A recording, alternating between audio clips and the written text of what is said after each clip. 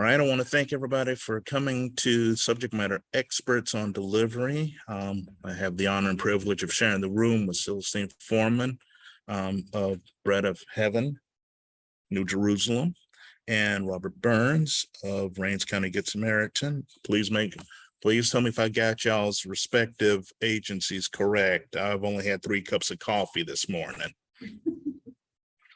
All right, so I want to take a moment to show you how you could find a subject matter expert. So if you can see my screen here in the background, you will notice that there is an area where you can see where to go.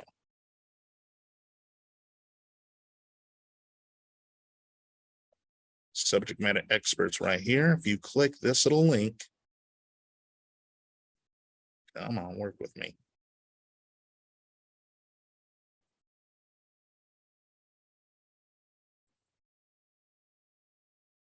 Okay, seems like this thing's got a mind of its own today.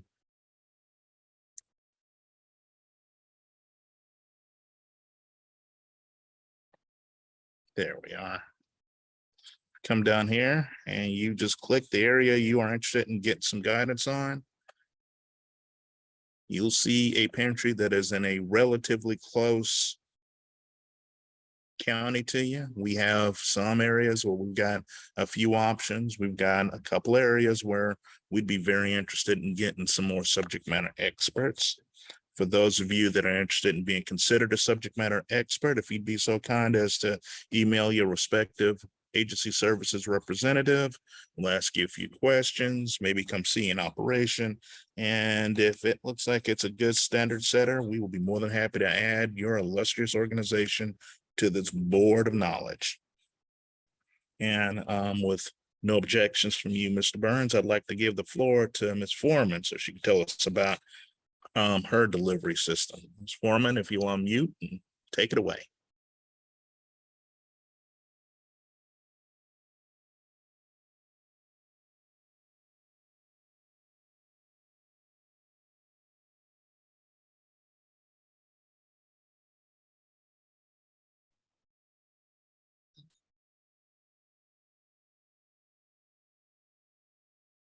Hi, Celestine, are you there? Yes. Good afternoon. My name is Celestine Foreman, and Virginia Davis and we co-direct the New Jerusalem Bread of Heaven Food Ministry here in Tyler, Texas. And one of the things I would like to talk to you about today is our delivery service that we provide for our clients. We provide delivery service to the seniors as well as sick and shut in. And right now we're up to 127 boxes that goes out each month on delivery. And we have a gentleman, Coach Jesse Haggerty. He is our coordinator. And what he does is he coordinates the list and delivery of how he runs his route. And he, along with several volunteers, they go out and deliver the boxes to the clients on the second Monday and the second Tuesday of each month. And I feel that our delivery service is one of the greatest things that our pantry offers, because it helps people get food that would be unable to come and pick up the food. And, you know, right now, we're really at our capacity and can't take anymore. But as clients drop off of this, we are able to take on other clients. And it's hard because you would like to take everybody that called and say, I want to be on the delivery service, but we really can't, because number one, we're short on volunteers, and the ones of us that's working, mostly we're older and we can't do what we used to do.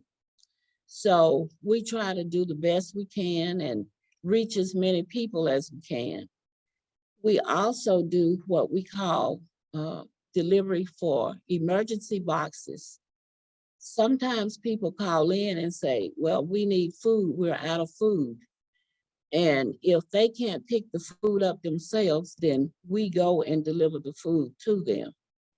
And, it's just something that we do that Coach loves it. He loves the clients and they love him too. And they look for him each month to drop that box off. So it's just one of the things that we do. And, we wish we could do more. We only have one van that we use and it was repaired, so we could use it just for our deliveries. And that's pretty much, what we do.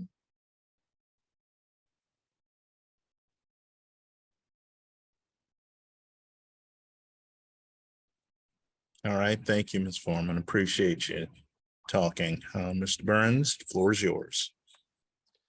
I'm Robert Burns. I'm with the Rains County Good Samaritans in Emory, Texas, and we have a wonderful just home deliveries have become just a wonderful asset to our community. And just like Ms. Foreman said, one of the things we struggle with is volunteers. And so one of the things that we have implemented is one of the local churches is who is taking on the deliveries of our boxes. Right now we're at around 30 boxes being delivered to the seniors and the shut-ins, but we do have a list because they're also at capacity with what they can do. So what we are doing now is we're checking with other churches because of church vans, because of church accessibility. For some volunteers wanting to do something, so we have utilized the local United Methodist Church does the 2 deliveries now, the 2 days that we deliver in our area, and then we have some other churches that are wanting to partner and come on board with us and utilize their resources to be able to help with the home deliveries also.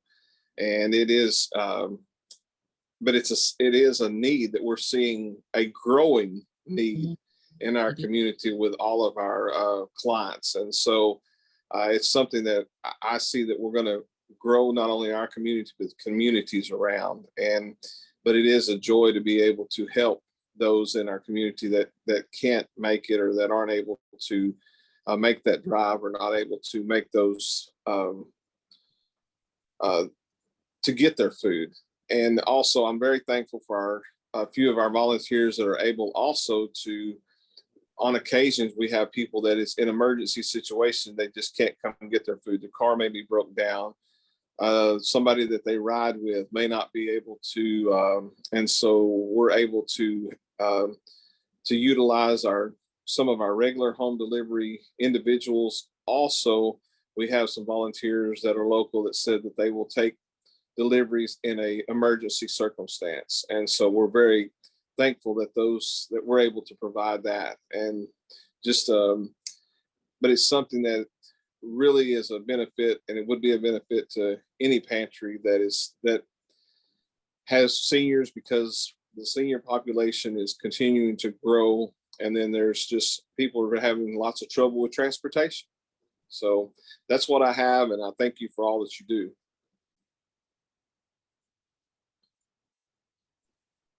What I was planning on doing today is if anybody wants to open up any questions or just ask questions about some of our practices, or even want to share some of your practices that maybe we have not mentioned, that would be a great thing to be able just to collaborate and work together, because that's one of my favorite things. It takes us all working together to make it happen, no matter where we're located. So.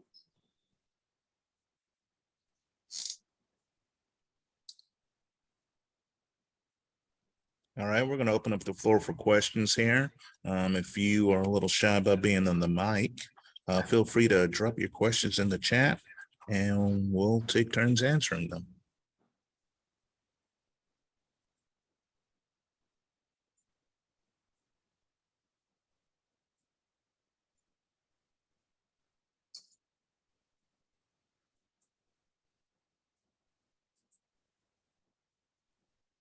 All right. Well, I've got a few questions I'm going to ask just in case. Okay.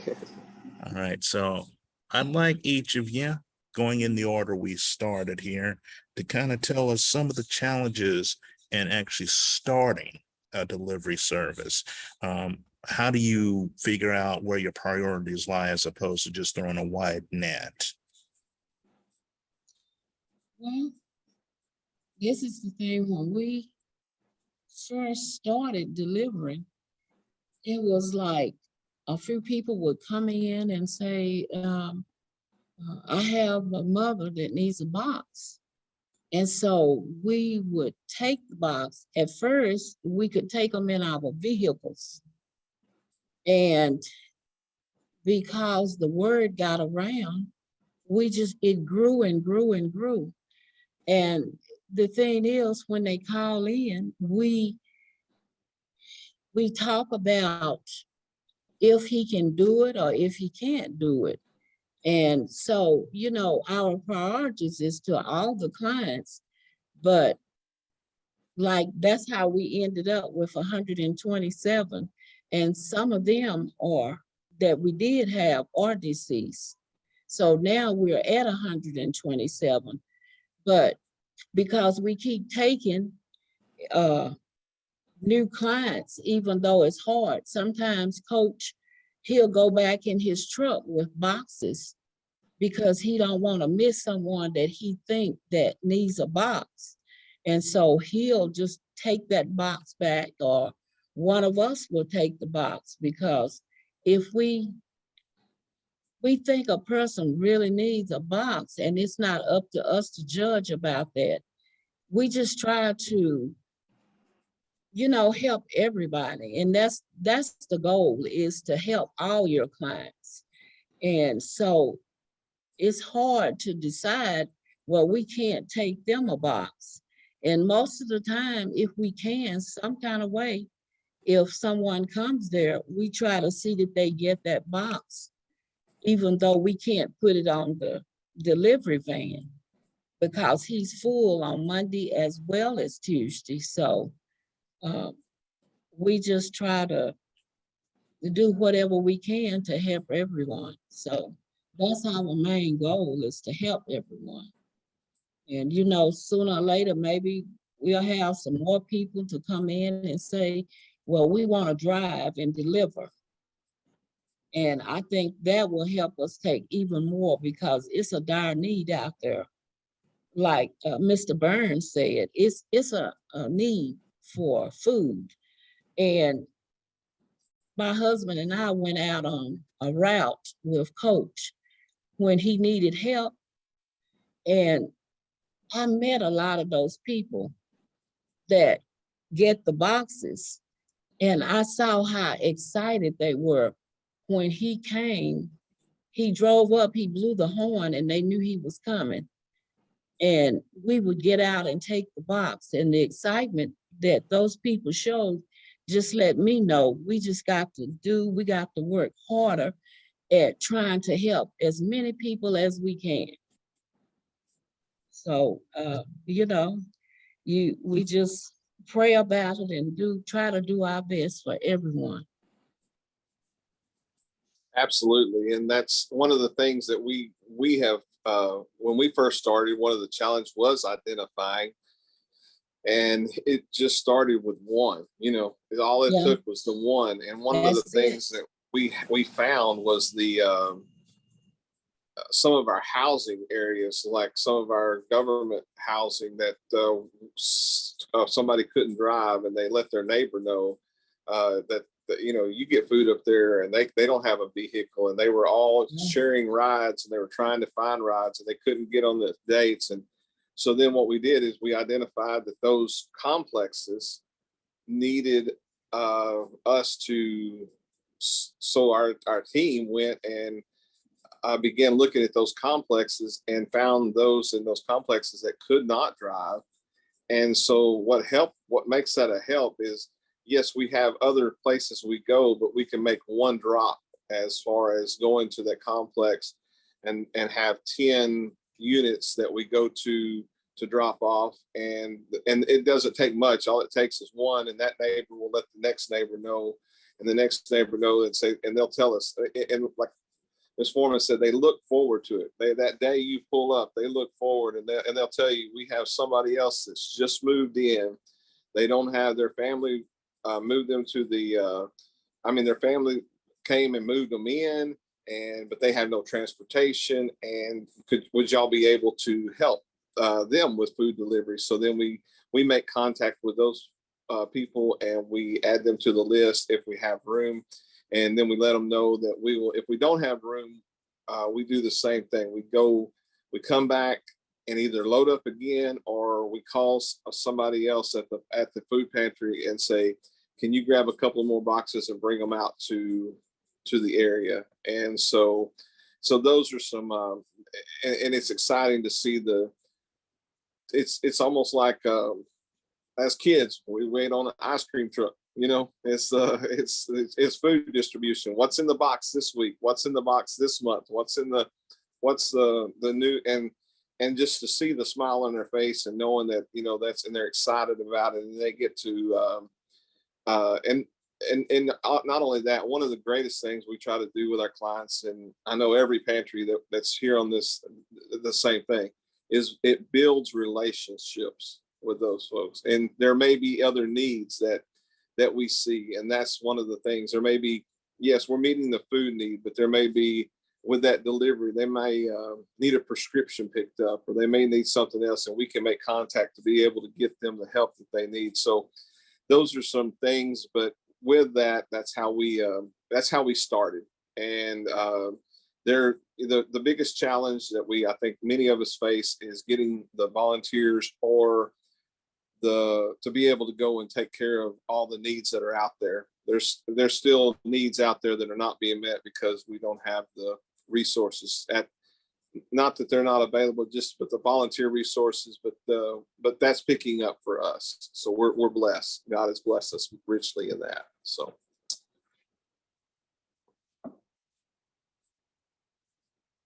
Any questions on that?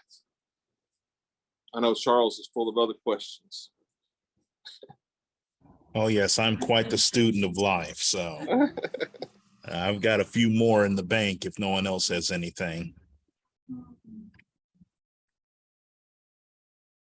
All right, no one's talking, so let me ask you both this, and again, we'll start with you, Ms. Foreman. How do you do your deliveries? Do you do by route or by appointment?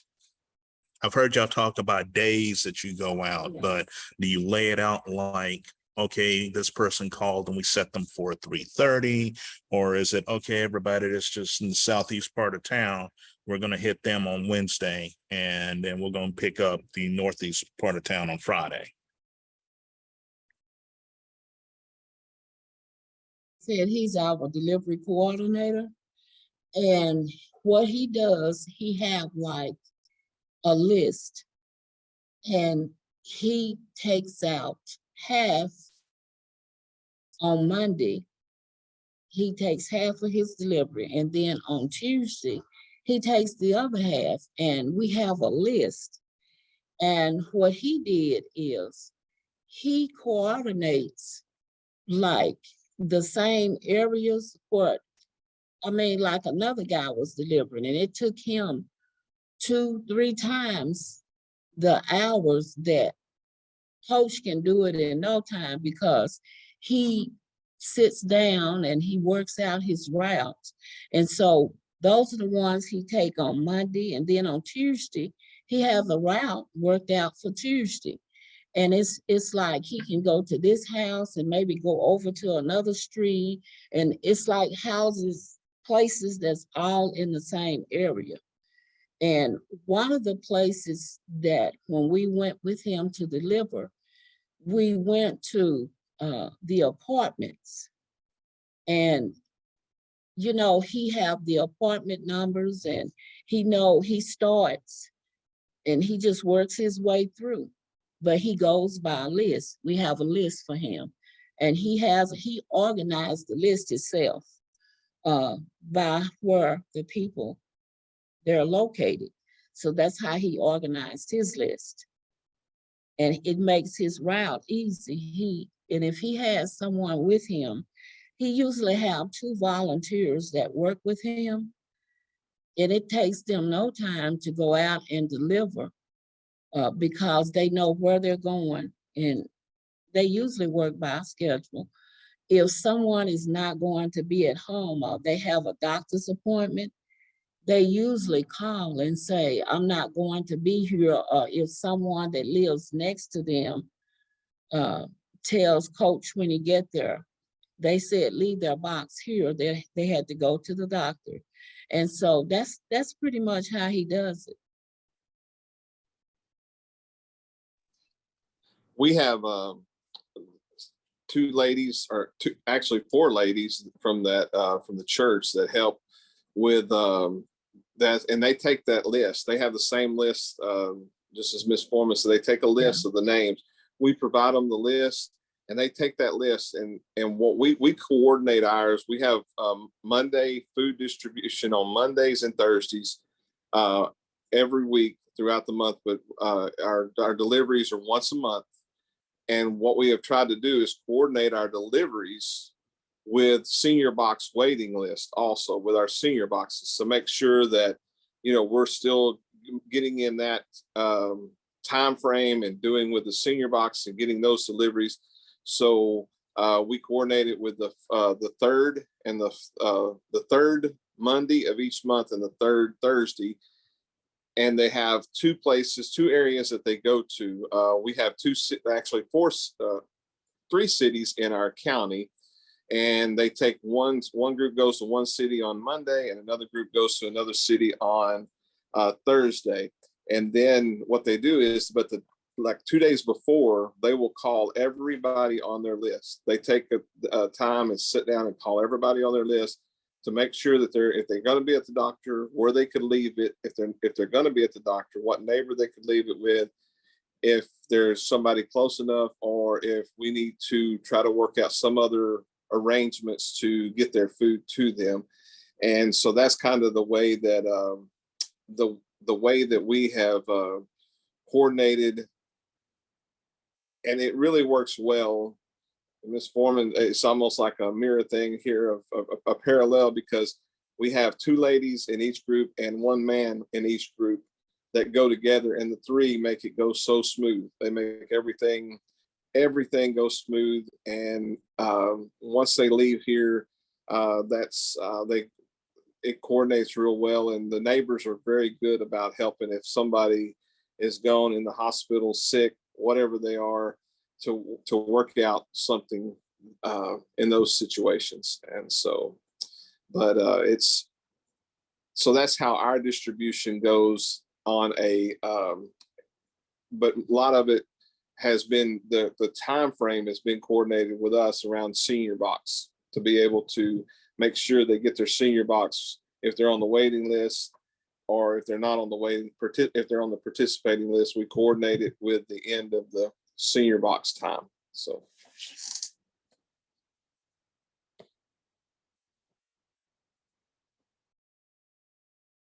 All right, well, I guess I'm just going to go on down my list here. Have y'all looked into funding this through any grants or specific support? And also, have you looked at how do you advertise or make people aware that delivery is an option? Starting with you, Ms. Foreman. Well, we've never advertised. The word of mouth got around about the delivery.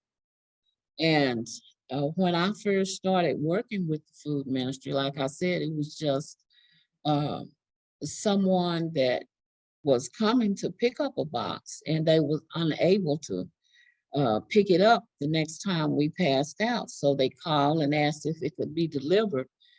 And once that happened, then the word got around. And so different ones started calling. And, you know, that's pretty much how it happened.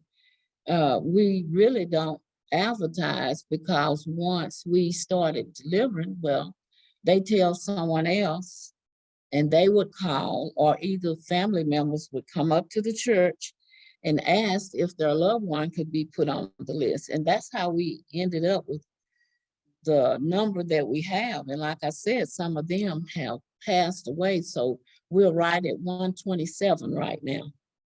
So that's just, I mean, I guess that's the way we advertise. We just started doing it. And since the word got around, that's, you know. That's it's word of mouth. That's for us. It's the greatest advertisement for us because, and as far as funding, for us, we're blessed because when Rains County Good Samaritan started in 1987, it was formed by a group of churches, and which grew from 6 churches to 25 churches. And in that 25 churches, working together, all denominations, everybody working together to see that the food bank was operating in the capacity that it needed to operate. And COVID kind of switched things up for us because we had churches that would come volunteer on food distribution days and churches that would do different help with data entry, and there would be churches that helped pack boxes. And then when COVID hit, it just became a small group that began to work together. And now as the churches have come back, we have a church that helps with backpack program. That's what they want their church dedicated to do. So we help them with it. And then we have another church that want to minister to the Good Samaritans through home deliveries. And then they have also have welcomed other churches to come on board with the home deliveries. So, and if there's any funding, they have taken on a lot of that themselves, you know, when you're talking about the funding. And as far as, you know, we've offered to help with the gas. They said, well, you know, our church van is used on Sundays, or our church van is used on Wednesdays to pick up kids or to do that. But during the rest of the week, it's not used. And we would like to use it to be able to take boxes to the folks that need boxes. So that's what they want to do. So we've offered to help with gas, to help with that. And they want to take that on as their ministry because that's what they have seen since 1987. And it's also given them something to get back involved in that they had to get away from when COVID came through. But now they're able to come back and help in other ways. So that's what I have. Could I answer the question about the funding? I didn't.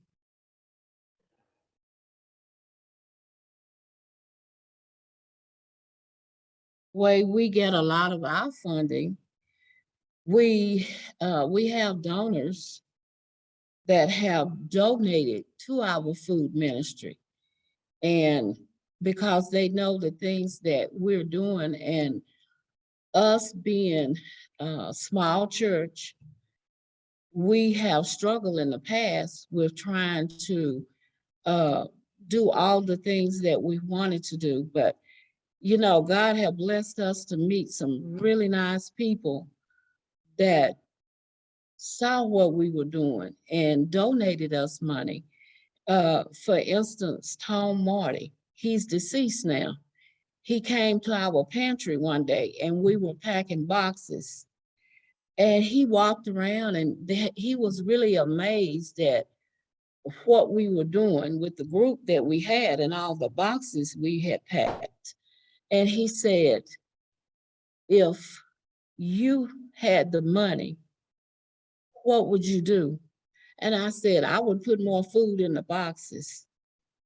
And what he and the group of people did would go around to the different pantries, and they would pick a pantry every so often to donate funds to. And one day the food bank called us and told us to come to the food bank, that we had received a donation. He donated us $500.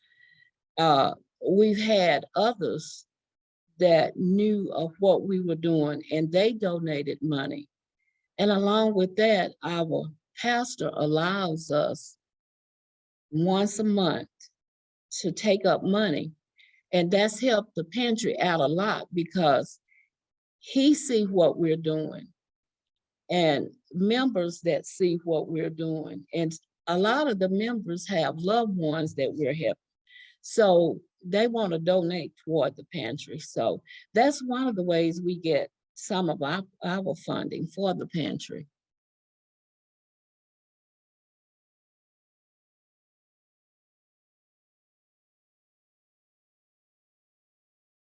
Sorry, left myself muted. All right, we're gonna close out a little bit ahead of schedule, but there's a few things I want to say before we end the session. First, I want to thank you, Celestine and Robert, for sharing your wisdom with us and your experiences with this.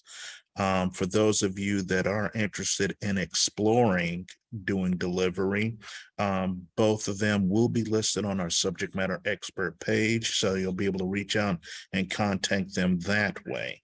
Additionally, something like this is exactly what our yearly infrastructure and capacity grant is for those of you looking to start. Now, we can't help with vehicle maintenance or insurance or anything like that, but if you make a grant request for getting a vehicle to start delivery services, we can do up to $10,000 of a matching grant to help offset the capital cost. So that might be something y'all want to look at going forward and start working it into your budget so that you can deal with the maintenance demands and have a plan in place for being able to match the funds. Now, I cannot stress enough that you have to raise the funds after you have been informed your grant has been selected. We don't want you raising the money before and then you're not selected, because that's not fair to you.